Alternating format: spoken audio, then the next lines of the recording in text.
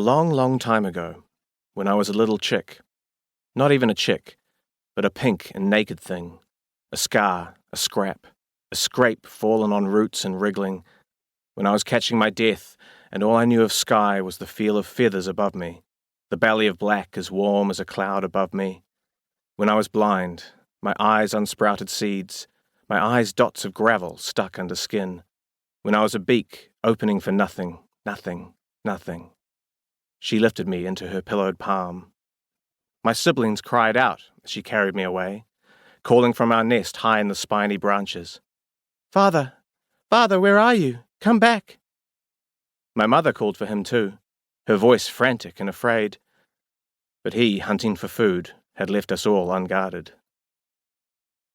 That first day she sang me a strange human song as she packed me into a slippery box punched with holes for air.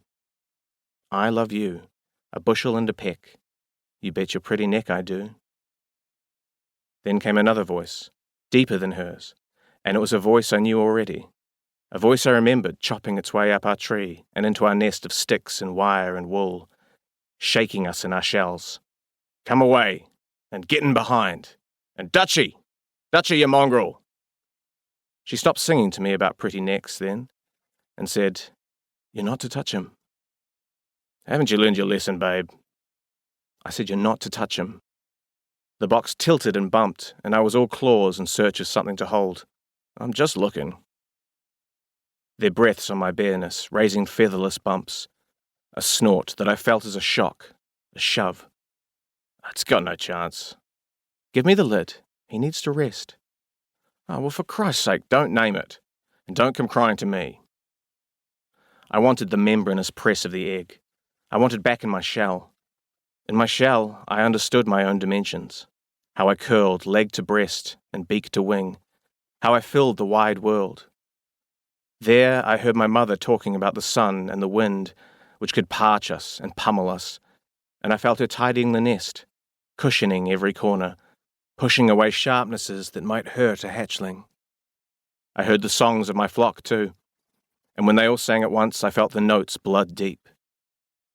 At the tip of my beak, a bony spike, an egg tooth aimed at the blunt end of the shell. My sister and my brothers spoke to me from within their speckled planets, telling me to let in the air, to take my first breath in the soft, close dark so that I would be ready. I listened to their hammering, all three of them breaking stars in the sky. "Now?" I asked. "Now," they answered, and I began to shift my body, to move as they too were moving.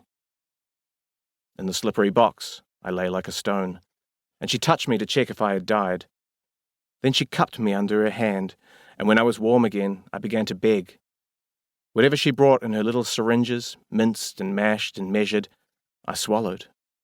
I was a hole of hunger, and I shouldn't have survived. But she stroked my spine with a single fingertip and said, "What shall we call you?" Back then, I did not know light and could not know light, and I thought, when I opened my eyes, that her hand was my mother. A day or two later, I saw her hair as feathers, black against the white of her temples and shoulders and neck, and I knew that she loved me. "Oreo?" she said. "Sushi? Domino? Or are you a panda or a puffin? No, that's confusing." She picked up the lid of the box. "Vanilla choc chip?" He peered in at me too, his riverstone eyes red-rimmed, scratched with broken veins, hair a dirty yellow, his face tanned, but the squint lines white. "You know, if it keeps me awake, I'll have to wring its neck." "It's just until he's old enough," she said.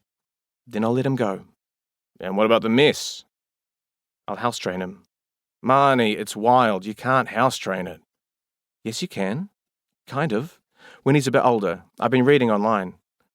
"Won't be staying that long, though." "If you keep it that long, its parents won't take it back."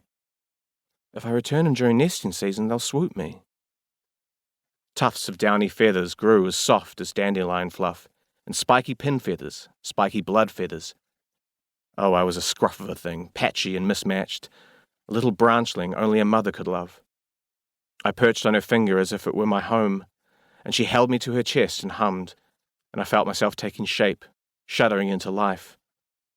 I started to flap my wings, to realize what they were for.